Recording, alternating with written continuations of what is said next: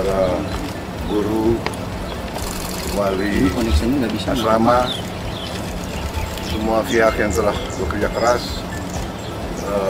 Saya tidak menduga bisa begini cepat. Salah satu sekolah rakyat hari ini sudah 100 yang beroperasi.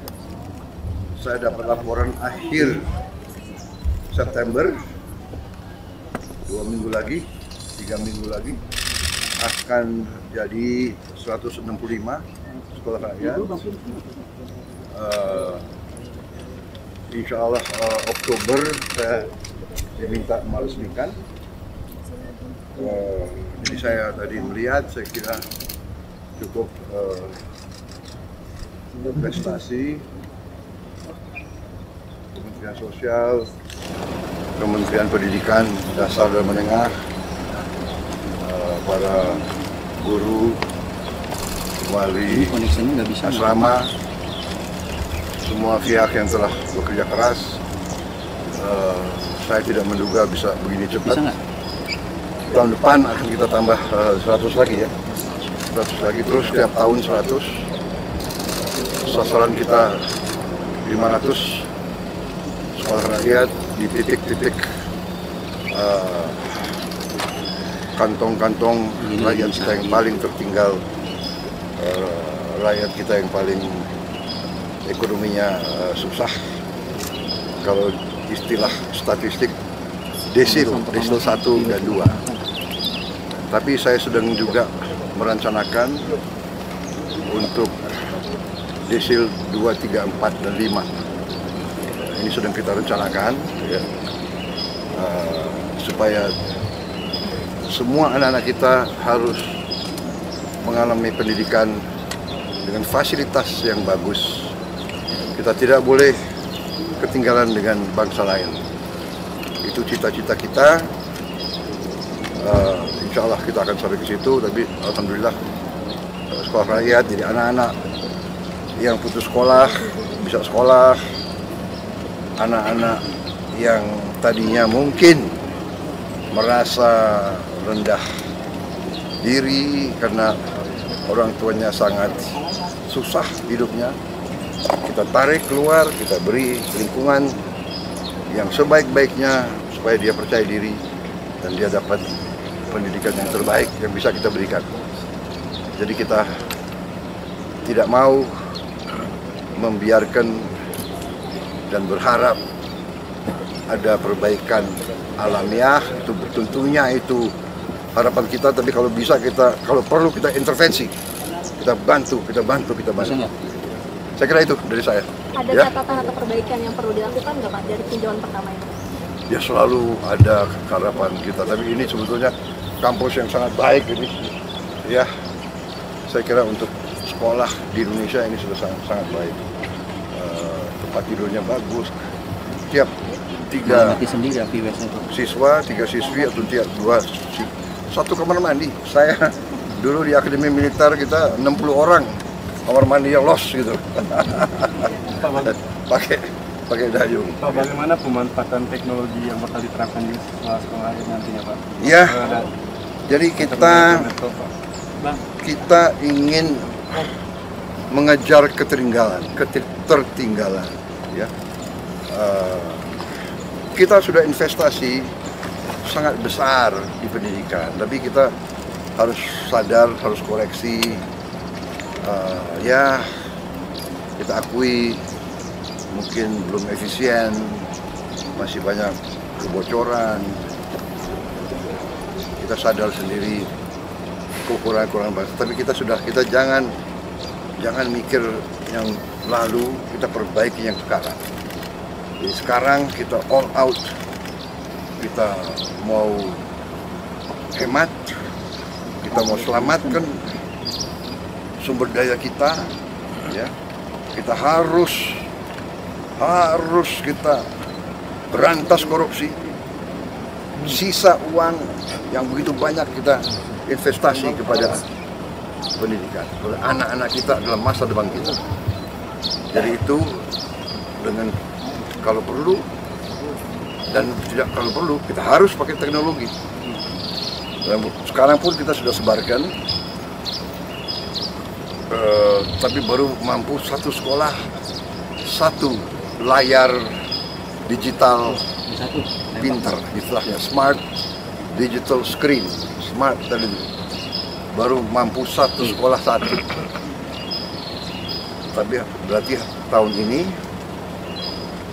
kita harapkan 330.000 sekolah akan dapat. November 10 saya dapat laporan, November 10 100.000 sekolah akan dapat. Sekarang baru 10.000. 100.000 November 10. Tahun depan kita tambah satu sekolah 3 layar. Idealnya nanti satu kelas 1 layar.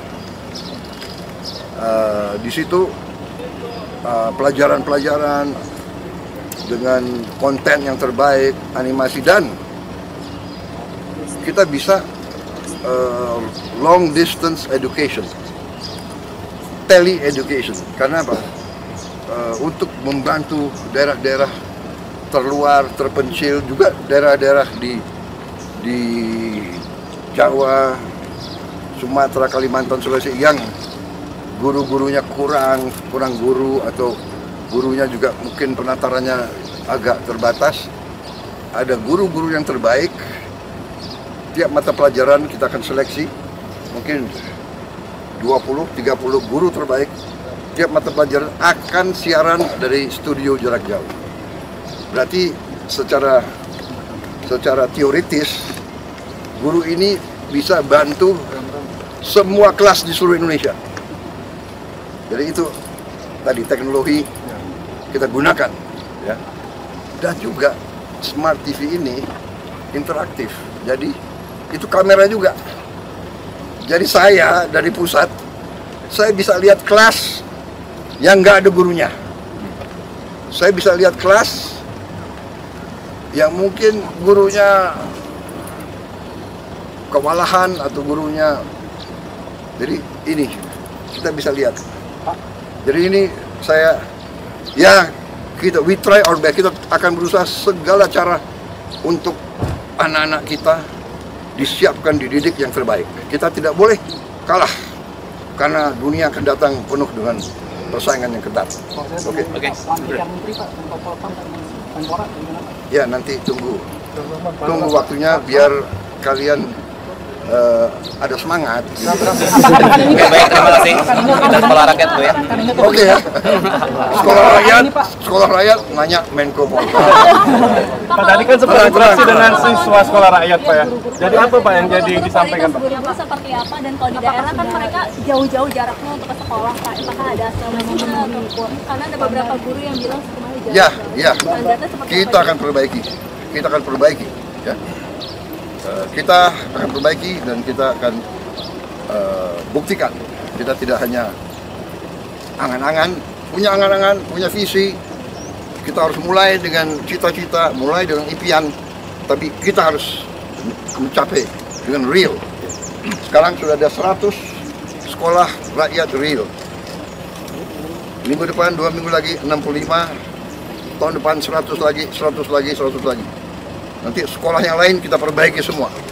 Ya. We make the impossible possible. Yang tidak mungkin kita bikin mungkin. Dengan niat, dengan kepercayaan diri, dengan tekad. Ya. Selalu think big, do our best, make the impossible possible. Ajaran beliau, mantan Menteri Pendidikan, mantan Menteri Komdigi. Jadi akan ada pelatihan terus-menerus ya Pak untuk guru-guru. Terus. Dan inilah tadi Smart TV, mereka bisa belajar juga di luar. Karena kontennya itu 24 jam. Dia bisa kembali ke murid-murid yang nanti kurang ini, bisa ulangi lagi pelajaran. Bisa ulangi, dan itu bisa juga diakses dari handphone. Semua konten bisa dari handphone. Guru pulang, dia bisa buka. Jadi kita interaktif. Jadi nanti saya kira ada interaktif ya. Ada interaktif nanti sama Dikdasmen. Guru-guru kita bikin kelas penataran khusus. Ya. teknologi akan membuat ini mampu kita laksanakan. Oke, terima kasih. Terima kasih Pak.